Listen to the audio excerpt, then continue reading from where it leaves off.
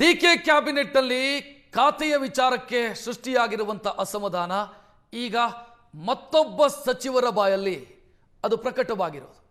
ಕೃಷ್ಣ ಬೈರೇಗೌಡರು ಹೇಳುತ್ತಾ ಇದ್ದಾರೆ ಖಾತೆಯ ವಿಚಾರದಲ್ಲಿ ತಮ್ಮ ಅಸಮಾಧಾನವನ್ನು. ರಾಮಲಿಂಗಾರೆಡ್ಡಿಯವರ ಬಂಡಾಯವನ್ನ ಸಿಟ್ಟನ್ನ ತಣಿಸಿದ್ದಾಗಿದೆ. ಈಗ ಕೃಷ್ಣ ಬೈರೇಗೌಡರ ಸರದಿ. ಖಾತೆ ಹಂಚಿಕೆಯ ಕಗ್ಗಂಟು ಈಗ ದೆಹಲಿಗೆ ಶಿಫ್ಟ್ ಆಗಿದೆ. ರಾಮಲಿಂಗಾರೆಡ್ಡಿ ನಿನ್ನೆ ಅವರಿಗೆ ಹಂಚಿಕೆಯಾಗಿರುವಂಥ ಖಾತೆಗೆ ಸಂಬಂಧಿಸಿದಂತೆ ಸಭೆ ಮಾಡಿದ್ರು. ಇನ್ನು ಕೊಟ್ಟರು ನನಗೆ ಬೇರೆ ಖಾತೆ ಬೇಡ ಅಂತ ಹೇಳಿದರು. ಆದರೆ ಈಗ ಕೃಷ್ಣ ಬೈರೇಗೌಡ ಅಸಮಾಧಾನ ತೋಡ್ಕೊಂಡಿದ್ದಾರೆ. ಬೆಂಗಳೂರು ಅಭಿವೃದ್ಧಿ ಖಾತೆಯನ್ನು ಕೊಡಲಾಗಿದೆ, ಆದರೆ ಬಿಡಿಎ ಮತ್ತು ಬಿಎಂಆರ್ಡಿಎಯನ್ನು ಹೊರತುಪಡಿಸಿ ನೀಡಲಾಗಿದೆ. ಇದು ಸರಿಯಲ್ಲ. ಕೊಡೋದಿದ್ರೆ ಕಂಪ್ಲೀಟ್ ಕೊಡಿ. ಬಿಡಿಎ ಮತ್ತು ಬಿಎಂಆರ್ಡಿಎನ್ನ ಹೊರಗಿಟ್ಟು ಬೆಂಗಳೂರು ಅಭಿವೃದ್ಧಿ ಖಾತೆಯನ್ನು ಕೊಡೋದ್ರಲ್ಲಿ ಅರ್ಥ ಇಲ್ಲ. ಇದು ಕೃಷ್ಣ ಬೈರೇಗೌಡರ ಅಸಮಾಧಾನಕ್ಕೆ ಕಾರಣ.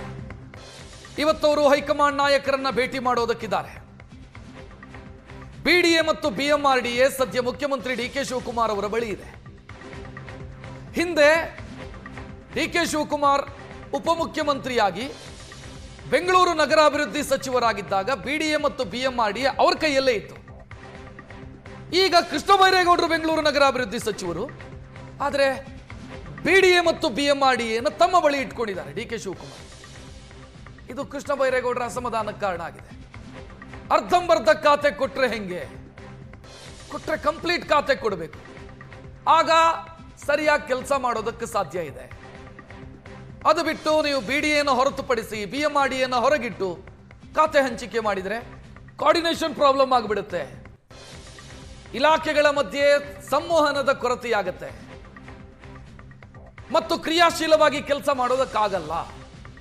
ಇದು ಕೃಷ್ಣ ಬೈರೇಗೌಡರ ವಿಚಾರ ಇರೋದು. ದೆಹಲಿ ತಲುಪಿದ್ದಾರೆ ಅವರು.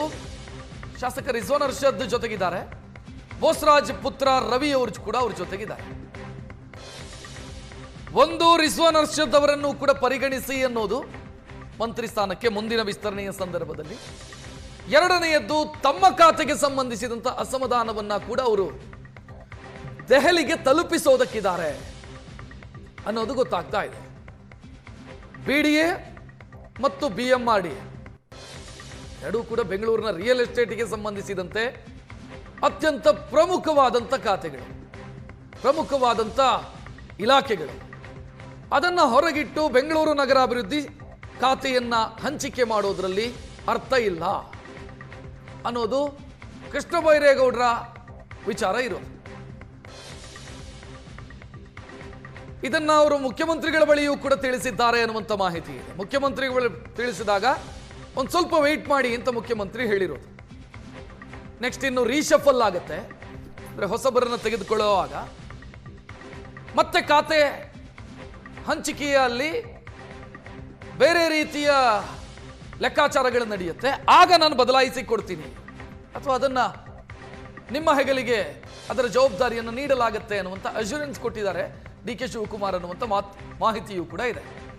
ಸದ್ಯ ಕೃಷ್ಣ ಬೈರೇಗೌಡರು ಆ ಖಾತೆಯನ್ನ ವಹಿಸಿಕೊಳ್ಳೋದಕ್ಕೂ ಕೂಡ ಹಿಂದೆ ಮುಂದೆ ನೋಡ್ತಾ ಇದ್ದಾರೆ. ಬೆಂಗಳೂರು ನಗರಾಭಿವೃದ್ಧಿ ಖಾತೆಯನ್ನು ವಹಿಸಿಕೊಳ್ಳೋದಕ್ಕೂ ಕೂಡ ಹಿಂದೆ ಮುಂದೆ ನೋಡ್ತಾ ಇದ್ದಾರೆ.